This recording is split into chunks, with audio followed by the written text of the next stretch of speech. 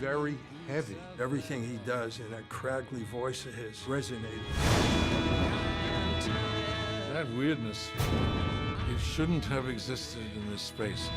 His music sounded like nothing else. And all of a sudden, it would stop like that, and the audience would be dead silent. The Velvet Underground had hypnotized them. Hey, I'm Ben Friedman, and welcome back to the Beniverse. Today, for the 5th day of my Advent Calendar movie reviews, I am reviewing the music documentary following the band The Velvet Underground, titled The Velvet Underground, that was directed by Todd Haynes, and it follows Lou Reed's band from the 1960s.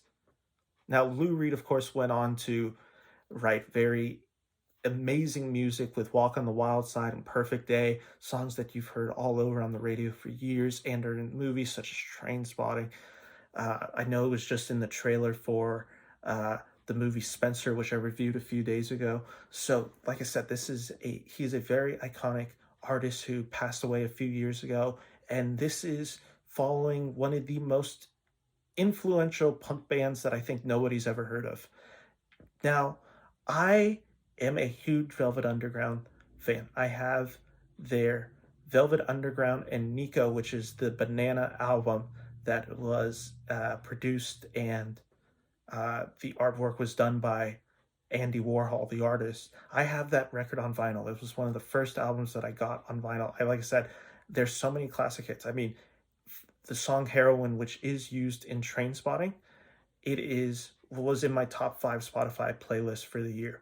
It is a song that I listen to. That whole album, from Femme Fatale to Sunday Morning, Heroin, all those songs are just masterclass. And I mean, the noise in Velvet Underground, like the guitar, just the edge to it, just Lou Reed and Nico, the singer's voice, it's a perfect blend of, I think, cathartic, the ideals of the 1960s, that kind of hopeless romance, and also the cynicism that's emerging, as well as, like I said, it's just this amazing composure of artists from like Andy Warhol to Nico to Lou Reed to the rest of the Velvet Underground coming together to make something so experimental that doesn't get recognized till years later, and then really influences punk as we know it. We don't have punk without the Lou Reed and the Velvet Underground. But anyway, following this documentary, The Velvet Underground, like I said, it's directed by Todd Haynes, who is a huge music fanatic. He directed the pseudo Bob Dylan film that isn't really about Bob Dylan, but it's completely about Bob Dylan. He directed another film that has the Velvet Underground, but again, it's not, from what I remember, it's not like actually the Velvet Underground, but again, it's very inspired by those events. So he's clearly a fan of this genre, and this is clearly a passion project. And it feels like this is a very artistic and unique documentary that explores the lives and careers and the music of the Velvet Underground. And it is so incredibly directed for a documentary. It is almost all archival footage. It's a lot of people talking over.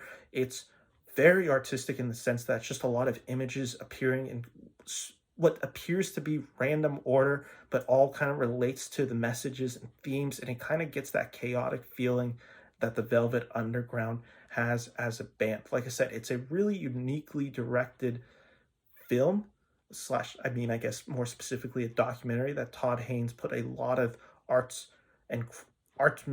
not artsmanship, that's not a word, but he put a lot of his craft into making this film and giving it, I think, that Lou Reed Velvet Underground feel to it. And I respect that. However, and this is kind of where I draw the line, I don't think it works fully well, in the sense that I don't feel like I learned much new about it. I felt like it was recapping and maybe capturing the specialness of this music that I already liked. But for me, it didn't feel like I was learning anything either particularly groundbreaking or getting an inside process into this music. It really just felt like a love letter to the Velvet Underground, which is not a bad thing at all. If anything gets them more popular, I'm all for it. But ultimately, as a documentary, I just think I didn't understand necessarily what Todd Haynes was trying to capture in this documentary, besides just exposing who the Velvet Underground were. Like, and I'm going to get into this review later for The Beatles Get Back. And I get those are very different films, and it's not fair to compare them. So I'm going to be careful with how I phrase this. But The Beatles Get Back, you get to really explore a period of life, these 2 weeks where the Beatles are making this album. And then with this film, it's kind of encompasses their whole Lou Reed's life, his drug addiction, the 1960s, the Velvet Underground, making those albums. Maybe I wish it was a little bit more focused either on one album or one idea or who Lou was as the individual of the Velvet Underground, or even just more of the Velvet Underground's relationship. I think had it decided to focus on that, it would have been a little bit more interesting. And sometimes, like I said, that artistic style that Todd Haynes brings to it, it's a little too overbearing, where it's sometimes hard to remember where the documentary is starting and where just images are happening on screen.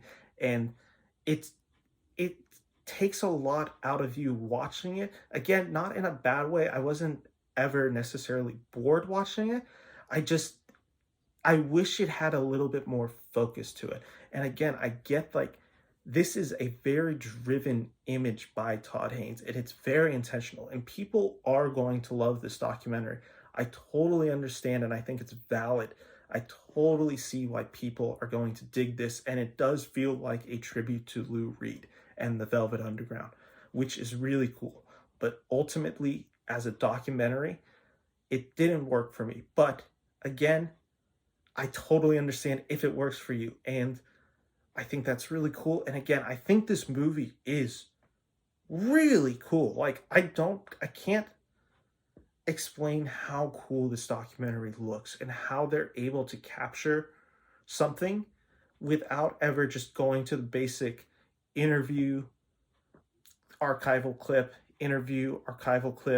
maybe another archival clip specifically from the time, maybe bringing in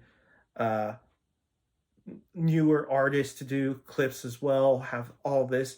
This is not that. This is very much feels like almost like something you see at an art exhibit, where it's just like a video playing that like you're really sitting there and you're like trying to figure out what's the point, and there's a lot of meaning going into it even if you don't understand that. This is what this documentary is. It's an art piece that I appreciate, but ultimately it didn't do much in moving me or teaching me anything, which I think when I watch a documentary, that's what I want out of a documentary, is to get an idea or learn something. So ultimately, that's why this movie just didn't work for me.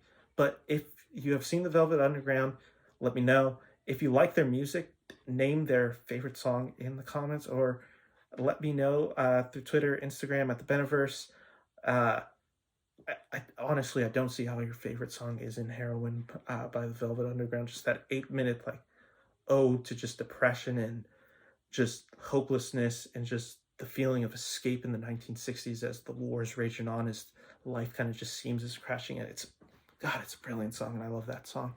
But anyway, guys, thanks for listening.